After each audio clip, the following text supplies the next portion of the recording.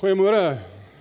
Ek is terug van verlof af. Ek het julle almal baie gemis, behalwe Herman en Stefan. Het is lekker om julle almal te sien. Ek het maandag die 12de begin en tref my toe maandag toe ek begin dat ek werk al 22 jaar maandag by Rymse gemeente. Dit was 'n baie groot skuif 22 jaar terug toe ek 19 jaar oud was om hiernatoe te kom. Dit is nie 'n grappie wat ek nou maak nie. Ek praat in ernstige sake. Maar in hierdie tyd het Lizette al 20 jaar saam met my by die gemeente gewerk en dis vandag vir my hartseer om aan te kondig dat Lizette bedank het. Sy voel dat die Here haar roep na iets anders. Ek dink dit laat my dink as jy in 'n meeting sit in 'n boardroom of iets en iemand kom fluister in jou oor en sê hoorie hierdie persoon het bedank. Gaan een van 3 reaksies hê. Jy gaan of onder die tafel gaan soos yes uiteindelik. Of jy gaan soos okay, ek moet iemand aanstel of jy gaan op die tafel opgooi. So toe Lizette vir my sê sy bedank, dan gaan ek hoe. Lizette is 'n verskriklike competent persoon. Sy is altyd gewillig om te help. Sy het 'n baie hoë sense of responsibility. Sy kan enigiets doen. Regtig, sy kan enigiets doen. Maar wat vir my baie meer van haar uitstaan is dat Lizette is baie lief vir die Here en sy het 'n baie groot passie vir die kerk. So sy voel ook net haar tyd is op nou by die gemeente. Sy voel die Here dalk na iets anders te roep, sy weet nog nie waartoe nie. Sy is ook opgewonde om te sien wie die Here in haar plek gaan roep na die gemeente toe. So sy en haar man Kobus en haar dogter Lindy bly in die gemeente, hulle gaan nie die gemeente uit nie, sy gaan net nie meer voltyds by ons werk nie. So sy is skaam, so ek gaan haar nie vorentoe roep nie, so ek net vir Lizette sê namens myself en die gemeente, regtig baie dankie vir 20 jaar se excellent diens. Kom ons klap vir lekker aan.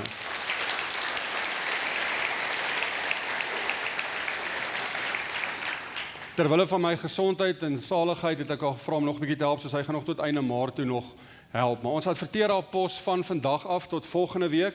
Die pos is 'n senior pos, is 'n shared services bestuur wat ons gaan aanstel. Nou hierdie persoon is verantwoordelik vir die sentrale bestuur en die samevoeging van die 3 companies. So ons het 3 companies, ons het Rymse gemeente, dan het ons Rymse Hou Foundation, wat ons 18A maatskappy is, wat al ons uitreike doen, wat net 'n NPO is vir om die mense buite te help, die geld gaan nie in die gemeente nie, en dan het ons Rymse Convention Center, wat hierdie hele gebou besit, waar ons troues hou en funksies hou om vir homself te betaal. Al 3 is Rymse gemeente se companies. So hierdie persoon moet al 3 hierdie companies bymekaar sit en ook die hantering van die statutêre werk, finansies, HR, admin bestuur, al die beleide soos kantoorbeleide, die MOI, Occupational Health and Safety. So dis 'n persoon wat mense gaan bestuur en al die administrasie, al die operasionele goed gaan hanteer.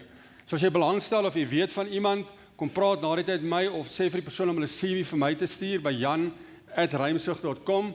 Soos ek sê, ons adverteer dit tot volgende Sondag toe. Ons wil so gou as moontlik iemand in plek kry dat ons saam met Lizette 'n pad kan stap en ons dan die persoon kan inbring. Soos Herman sê, die gemeente groei, alles in die gemeente groei, so ons sien uit om te sien hoe die Here ons in lei en ook hoe ons personeel gaan groei in. Nou ons is besig met ons reeks, dit is ons, en ons fokus op die gelykenis van die verlore seun. En Stefan het verlede week, as jy nie was hier, gepraat oor die jonger seun. So as jy nie daai preek gehoor het nie, kan jy hom gerus op ons YouTube channel kyk of op ons Facebook. Dan my dink daar was 'n sonnaarskoolonderwyseres gewees en sy vertel vir al haar klein kindertjies van die storie van die verlore seun en hoe bly almal was om hulle fees gevier het toe hy teruggekom het huis toe. En sy wonder of hulle regtig haar volg of iets. Ek dink laat sy net 'n vraag staan. Sy vra, wie dink julle was die ongelukkigste? Wie was nie gelukkig dat die seun huis toe gekom het nie? En Jannie steek sy hand op en sê, juffrou, die vetgemaakte kalf was glad nie happy geweest nie. Nou dis waar, maar daar was ook die ouer broer gewees. En dis die ouer broer op wie ek vanoggend wil fokus. Nou meeste preke wat ek nou al gehoor het of geluister het oor die verlore seun, fokus al baie op die vader en op die seun wat verlore is. Maar baie mense gaan eintlik oor die hele deel van die ouer seun.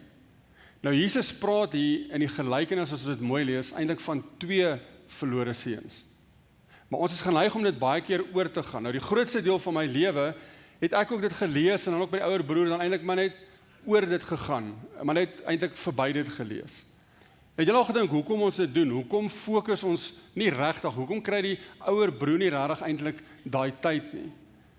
Die rede hoekom ek dit gedoen het is, of nog partykeer doen, is omdat ek die oudste kind is. Ons is 2 seuns in my ouerhuis, waarvan ek die oudste is. So ek wil net vra, wie van julle is die oudste kind in jou huis, die oudste sibling?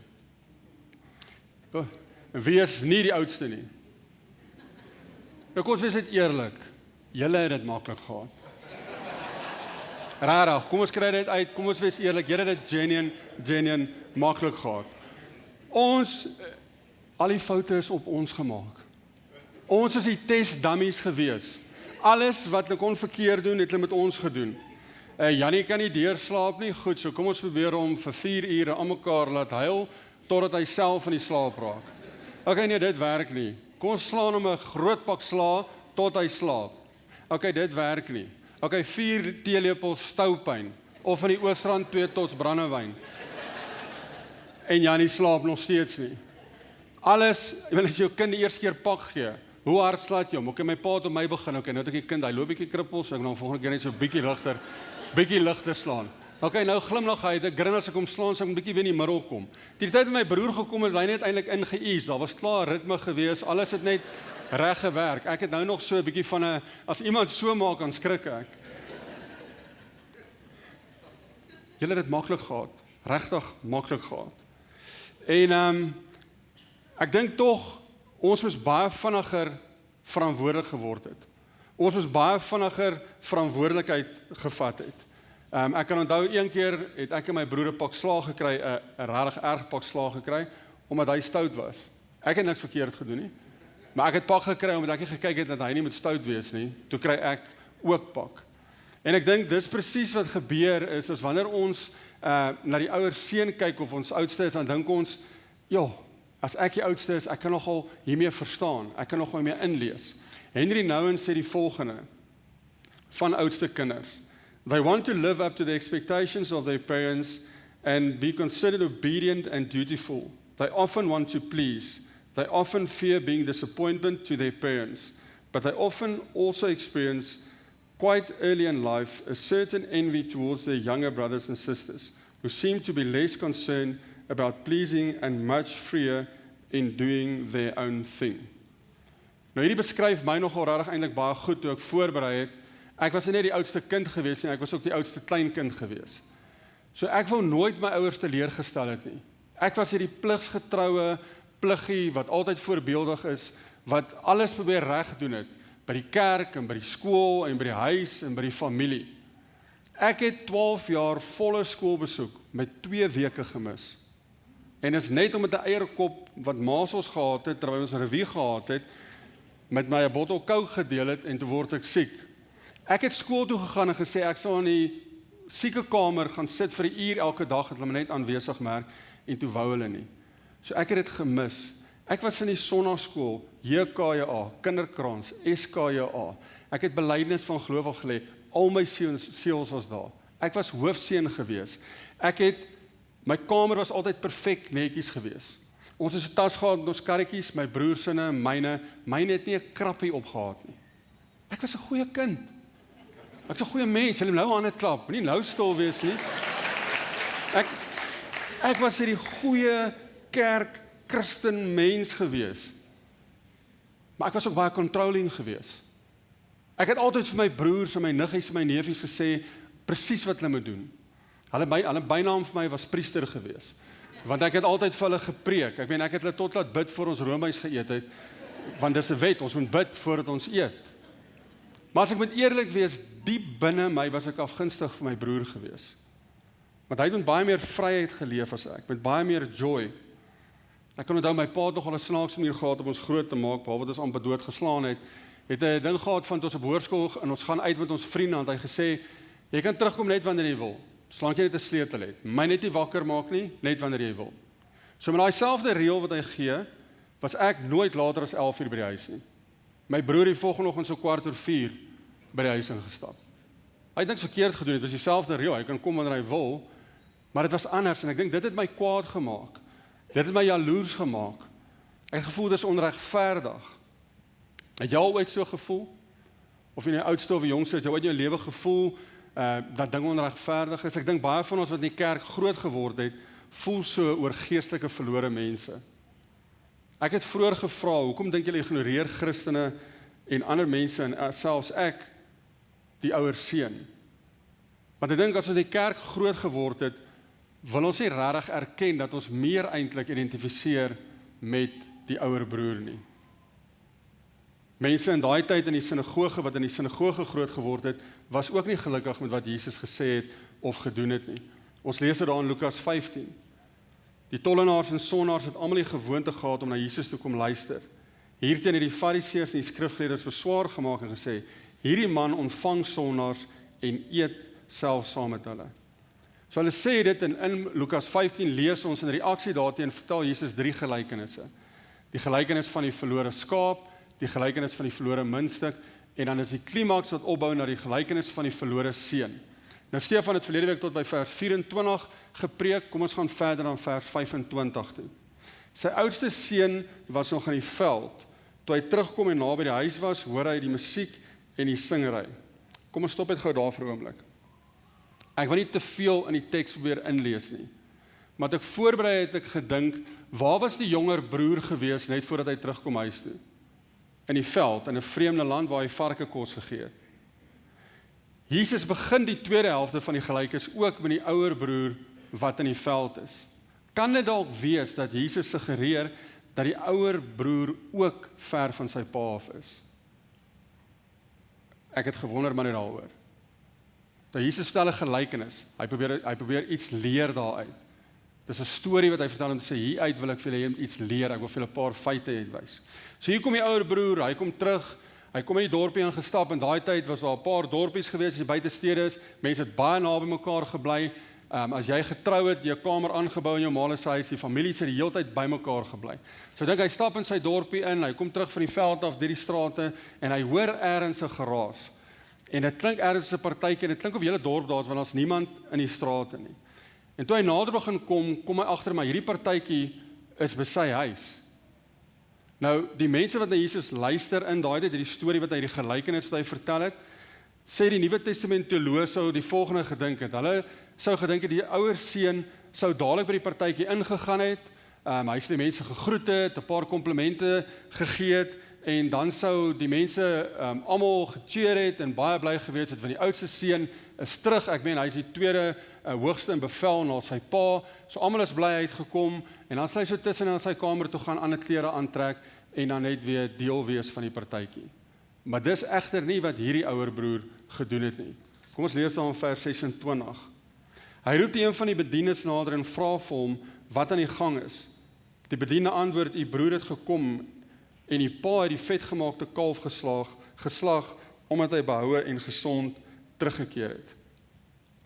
Nou, die Joodse tradisie was gewees, as 'n kind iets gedoen het soos 'n jonger broer, kan hy eintlik nooit weer terugkom nie. As hy enigstens naby die dorp kom, sal die dorpsmense eers met hom die kesaza seremonie gedoen het. So wat dit beteken het, hulle sou 'n pot gevat het met as in, en dit stikkend gegooi het, en hulle sou seker gemaak het, en begin sing het eintlik, dat hierdie kind, of hierdie seun is verban uit die dorp uit, omdat hy sy erfenis met die heidene gaan deel het. En hy's glad nie meer deel van die community nie, hy's glad nie meer deel van die dorp nie, tensy hy's bereid is om met vergoedinge te doen. Ek meen, onthou die jonger seun het gesê, miskien moet ek teruggaan en vir my pa gaan werk, soos een van sy slawe. So hoe dink julle voel hierdie ouer broer? Dink nou in konteks, hy loop nou in, hier's 'n party. Hy wonder wat gaan nou aan, jy weet, is dit 'n party, is dit vir my, is dit 'n partytjie, mense sing, dis by ons, hy het nie geweet van hierdie ding nie. En hy kom en hy hoor hierdie goed, en hier word af hom gesê, dat sy broer is terug. Sy broer is nie terug nie, daar so die vetgemaakte kalf is ook geslag. Nou, 'n vetgemaakte kalf maaltyd was regtig net vir spesiale geleenthede. In die antieke Midde-Ooste was dit 'n leksheid geweest om net 'n klein bietjie vleis saam met jou ete te eet. Daar was nie elke ete vleis saam gewees nie. Want meeste mense het dalk miskien 'n bok of 'n skaap gehad. En as hulle 'n bok of 'n skaap gehad het, was dit net vir sy melk. So dink net vir jouself, hierdie mense is by die partytjie en hulle smil aan hierdie vetgemaakte kalf. Kan jy voorstel die opwinding wat daar is, die groot partytjie wat daar is, want ons eet saam. Hierdie mense het dalk nie die hulpbronne om dit te doen nie. Hulle het dalk nog nooit eers 'n bees geëet nie. So hierdie groot partytjie is hier, en hierdie broer is soos, maar wat gaan nou eintlik hier aan? Die bediende het ook vir hom gesê, dat sy pa hou hierdie partytjie, want sy broer is behoue en gesond teruggekry. Die Griekse woord wat hier gebruik word, kan in 'n mate ook eintlik beteken dat die pa het hom teruggekry, die pa het hom terugbesorg. So die partytjie is eintlik ook tot eer van die pa, wat sy verlore seun gevind het. Want dan het in die eerste 2 gelykenisse, het die wagter gegaan en hy die skaap gaan soek wat verlore is. Die minste het die vrou gesoek tot sy hom gekry het. Maar die verlore seun het die pa elke dag op die stoep gestaan en wag.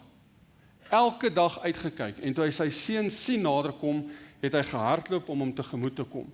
Hy het homself verneder. 'n Man in daai tyd met 'n lang rok sou nie gehardloop het nie. Dit is nie ydel nie. So hy verneder homself, hy hardloop na hierdie seun toe, wat ten spyte van die feit dat hierdie seun hom eintlik dood gewens het. En toe die pa dit doen, haal hy al die oë van die dorp van sy verlore sondige seun af, en hy sit die fokus op homself. Hy ontvang sy seun en hy versoen hom voordat die dorp met hom die Kesas-seremonie kan hou. Maar nou lees ons verder, die ouer broer is ontsettend kwaad. Hy is nie kwaad om sy broer terug te sien, hy is kwaad om sy broer versoen is, omdat sy pa hom terug aanvaar het sonder dat hy betaal het vir sy sondes. Sonder dat hy reggemaak het met die dorpslinge en die community. Die ouer broer is so kwaad, hy weier om in die partytjie in te gaan. Nou vir hom om nie in die partytjie in te gaan nie, want ons moet altyd konteks verstaan wat in daai tradisie gebeur het. So Jesus vertel het. So die mense wat dit hoor is onmiddellik soos nou wys, nie weer nie. Nog 'n seun wat nie wil ingaan nie.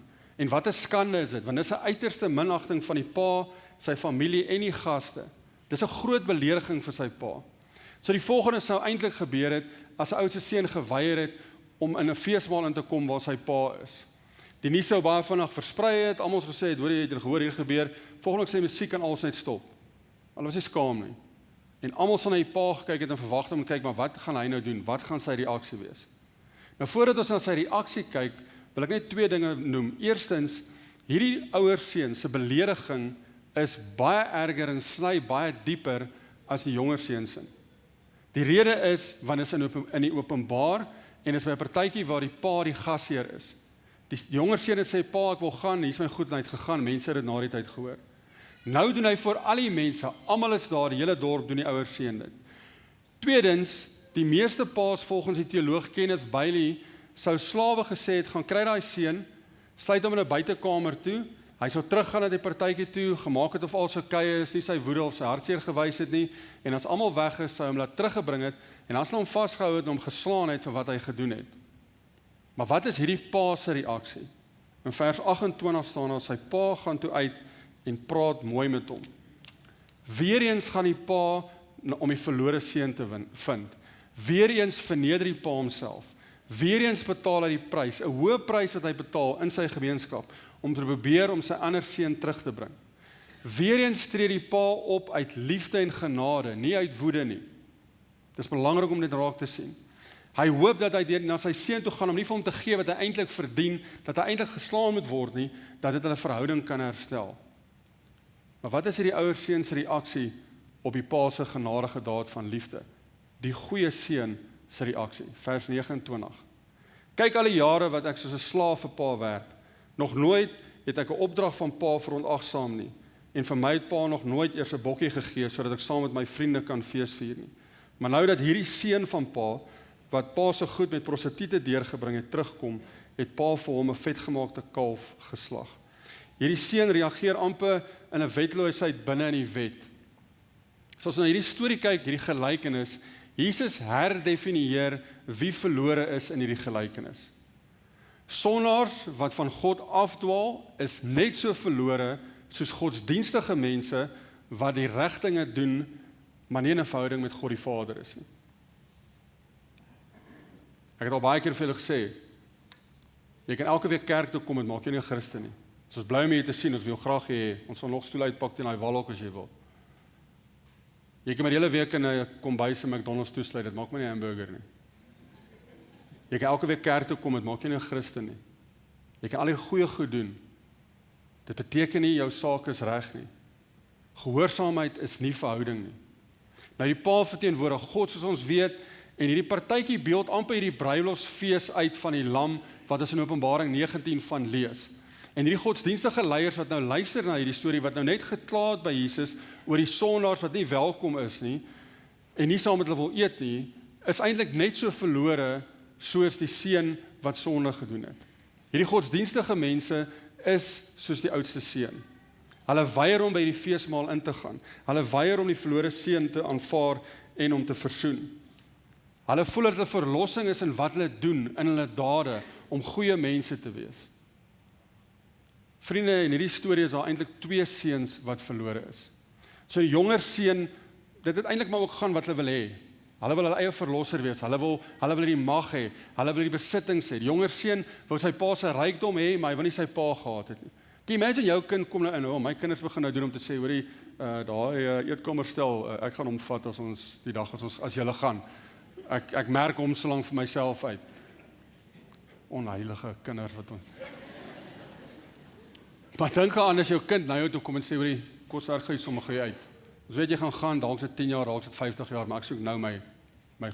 Dis 'n belediging. Jy sê eintlik reguit vir jou pa, hoorie, ek wens jy is dood.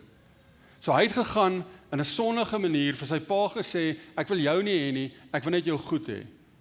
En hy het deur sondige morele reëls oortree en sy pa se huis verlaat. Maar die oudste seun wou ook beheer hê oor sy pa se geld. Hy wou ook beheer gehad het. Hy bly by die huis en hy is 'n goeie seun, maar hy het gevoel nou dat hy dit daar is en hy doen dit en hy's gehoorsaam, het hy eintlik nou die reg om vir sy pa te sê wat om met sy besittings te doen. Ek weet hy trap dadelik sy pa uit om te sê, maar hoe kan jy die vetgemaakte kalf nou al geslag het? Hoekom kry hy 'n ring? Hoekom kry hy nuwe sandale? Hy voel eintlik maar omdat ek hierdie goeie seun was, omdat ek gehoorsaam is, kan ek nou vir my pa sê wat om met sy besittings te doen. En Jesus sê hy is ook verlore. So ek wil vinnig net kyk hoe mense dalk kan. Ek het gedink om prakties te ding, hoe kan jy weet of jy 'n ouer broer is? Want niemand gaan net opstaan en sê, okay, dis ek is die ouer broer nie. Ek dink daar's 5 eienskappe wat mense na moet kyk wat daar kan uitstaan. Die eerste teken is 'n diep woede. Ouer broer tipe mense voel entitled. Voel soos dit moet met my goed gaan. Ek dien die Here, ek kom kerk toe, dit moet met my goed gaan. En as dit nie goed gaan nie, dan is ek ongelukkig. Alles moet net prosper, alles moet net goed gaan. Ek is nou 'n Christen, so dit moet goed gaan. Vriende, Jesus was die een persoon wat die beste, mooiste lewe wat daar ooit was, nog ooit gelewe het. En hy het meer as enigeen van ons almal al gelei op hierdie aarde. En vir wie het hy gelei? Vir sondaars. Vir die ouer broer, vir die jonger broer en vir my. Die tweede teken is 'n vreugdelose, meganiese gehoorsaamheid. Die seun sê ek het soos 'n slaaf vir pa gewerk. Ouer broertipe mense is gehoorsaam, maar hulle het 'n bietjie van 'n bybedoeling. Hulle wil eintlik iets hê, hulle wil mense moet dit raak sien. Ek sê dit baie reguit, so dink dalk pas dit jou, dalk pas dit pas my definitief. Is jou motiewe reg? Doen jy dit omdat jy vir Here lief is? Daar was 'n groep fariseërs gewees wat hulle genoem het die bloeiende gekneusde fariseërs. So wat hulle gedoen het, hulle het geloop en as hulle van ver af gelyk het of waar iemand aanloop wat so 'n bietjie van 'n uurglas figuur is, 'n vrou wil nie sondig doen dat hulle oë toegemaak maar hulle het aanhou loop. En dan het hulle mure en bome en goed vasgeloop en almal het geweet, hier is heilige ou, hy kyk nie rond nie. Baie van ons profete sing, ek's 'n suurtier, maar ek's daar 'n muur. Ek dra my kruis na die Here se huis, maar ek is hier. Wat is jou motiewe wanneer jy goed doen? Wat is die motiewe wat jy aankom? Doen jy omdat jy vir God lief is? Yes, ek gaan van nou af, en ek sê saam met Herman, die geld wat julle vir ons gee, gaan vir die Here. Maar as jy op 'n plek kom en sê, hoor jy, ek gaan my 10de gee, want die 10de beloof die Here sal vir my nou 10voudig, 100voudig teruggee. Wat is jou motiewe, hoekom jy dit doen? Hoekom jy hierdie goeie persoon is? Hoekom jy gehoorsaam is? En dikwels gaan hierdie ouer broer tipe mense en hulle vat hulle reëls en hulle sit dit op jonger tipe mense wat God die Vader nou net na toe teruggekeer het en in 'n liefdevolle verhouding met hom leef en dan is daar al die voorwaardes en reëls oor hoe hulle self moet gedra, wat hulle moet doen, wat jy nie mag doen nie en hulle bring die reëls. So ek wil net hulle my reg hoor. Want ek meen dalk voel ek nou soos jy, okay, Jan. Gehoorsaamheid is belangrik. Dis nie maklik nie. Jy moet gehoorsaam wees. Maar dink net hoe sou dit gewees het as die ouer broer uitgeloop het en die jonger broer eers aan hom vasgeloop het. Sou hy vergewe gewees by die huis aangekom het? Nee, hy sou nie. Dis die hartseer ding vir my in kerke deesdae. Mense wat ver is van God kom terug na God toe en op die einde draai hulle weg van God as gevolg van Christene. Christene wat reëls het, Christene wat sê, maar jy moet dit en jy moet dit eers doen. Natuurlik, Paulus sê, jou lewe gaan verander. Jou hele lewensdoel is om te sê, maar ek wil verander my gedagtes, ek word meer soos Jesus. Maar dit was nie 'n voorwaarde gewees nie. Die pa die seun aanvaar, net soos wat hy was, net soos wat hy daar aangekom het. En ek dink baie keer kan ons mense wegdryf met al ons reëls en al die goed wat eers moet gebeur. Ja, kom ek skip daai gedeelte. Nee, we het gepraat oor daai Satanis wat tot bekering gekom het, en toe hy tot bekering kom, daai leier van die Satanis, ek het die storie al vertel, die amazing storie, hy verlaat die Sataniste, hy word 'n Christen, al die mense op Facebook, jy moet eers gaan vir bevryding, jy moet eers gedoop word, jy moet eers in 'n kerk kom, jy moet eers jou Bybel lees, jy moet eers dit doen, dan gaan jy eintlik eers gered wees. Die derde teken is 'n koudheid teenoor jonger broer tipe mense.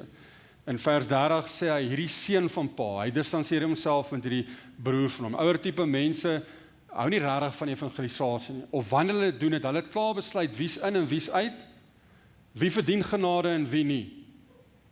Paar jaar terug in ons land was dit baie duidelik geweest, wit mense is in, swart mense is uit. Baie mense sal sê, maar jy lyk nie soos ek nie, jy dink nie soos ek nie, die goed wat jy doen, kan nie gered word nie. Jy sal nooit hemel toe gaan.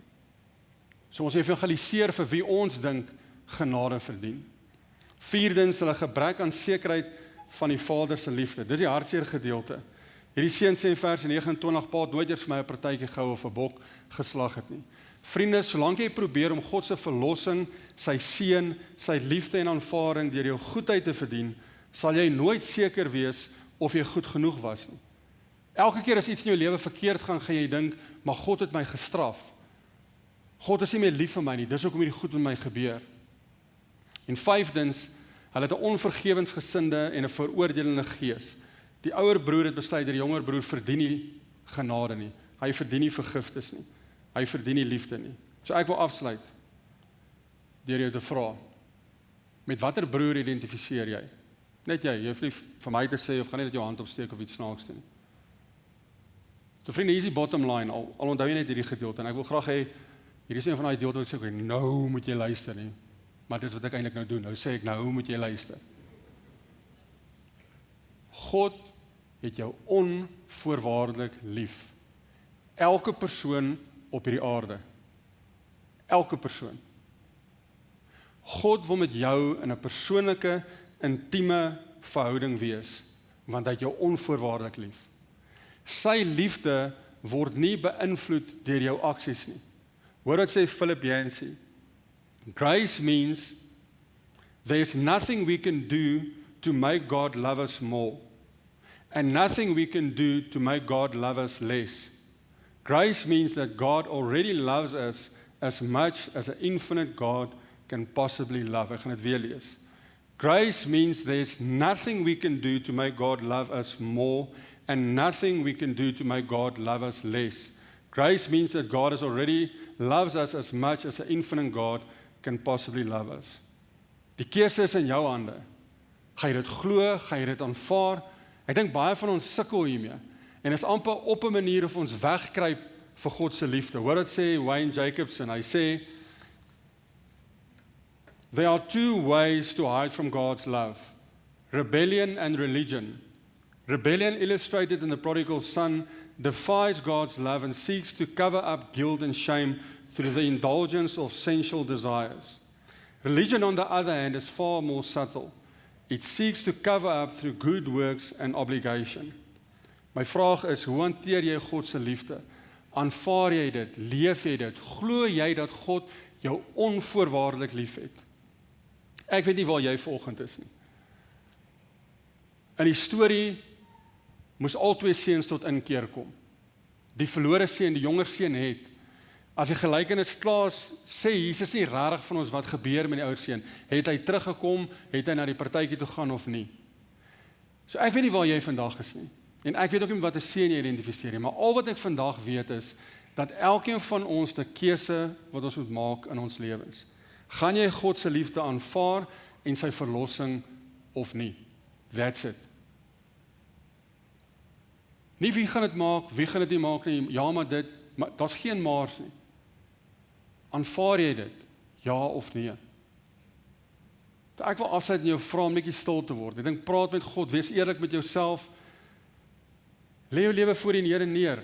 Of jy dalk nou hier vandag is vir die eerste keer en baie lanklik, jy was lanklaas by 'n kerk of jy dalk by die kerk is en jy eintlik teen 'n rebellie van God, jy bid nie meer nie, jy is kwaad vir die Here, of jy dalk hier sit en jy dink maar ek is hier en ek is reg, maar daar's goed wat my pla. Ek is geïrriteerd as Jan so klomp nonsens praat.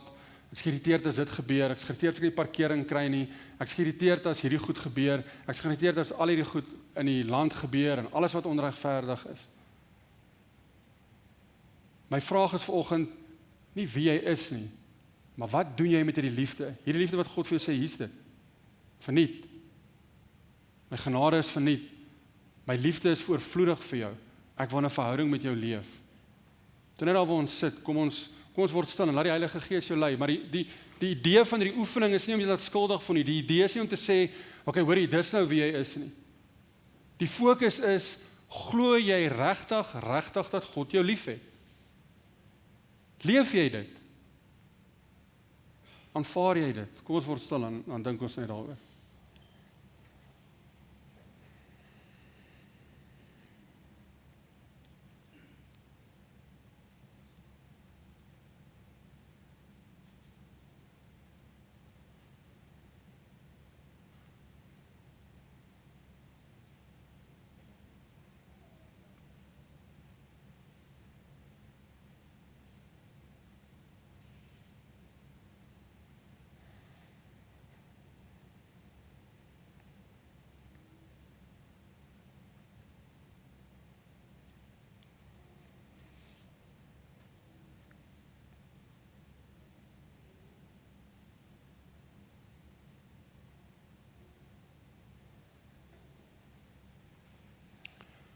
Liewe Vader, dankie vir u liefde en u genade.